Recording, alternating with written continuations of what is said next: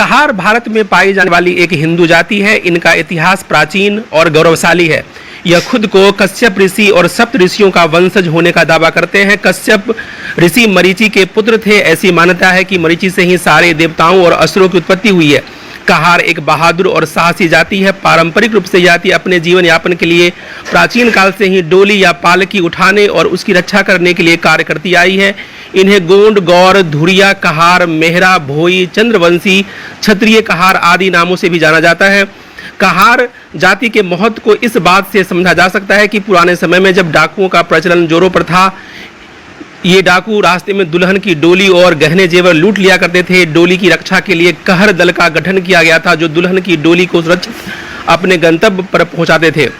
इनके पूर्वज विकट परिस्थितियों में जान पर खेलकर राज परिवार के बहु बेटियों की डोली में बिठाकर जंगलों और बीरों से होते हुए उन्हें दुश्मनों और डाकुओं से बचाकर सुरक्षित स्थानों पर पहुंचाते थे। लेकिन राजे रजवाड़े के शासन समाप्त हो जाने के बाद डोली उठाने का कार्य खत्म हो गया। इसके बाद उन्होंने जीवन निर्वाह के लिए खेती, मत्स्य पालन, टोकरी बनाने और उसे स्थानीय बाजारों में बेचने और अन्य नौकरी व्यवसाय करने लगे।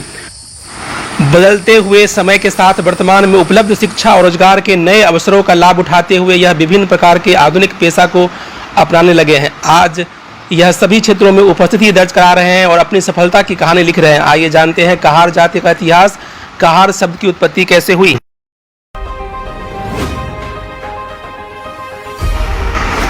पुराने समय में जब सड़कें नहीं थी और यातायात के साधन उपलब्ध नहीं थे, कहार डोली या पालकी में बिठाकर लोगों को एक स्थान से दूसरे स्थान पर पहुंचाते थे।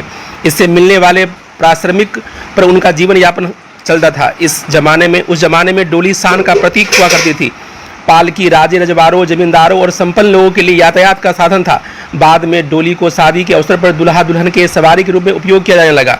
इसके लिए कहारों को मेहनताने के साथ साथ वर और वधू पक्ष से दान और पुरस्कार भी मिलता था। कहार शब्द की उत्पत्ति संस्कृत के शब्द स्कंदहार से हुई है, जिसका अर्थ है कंधे की सहायता से भार उठाना।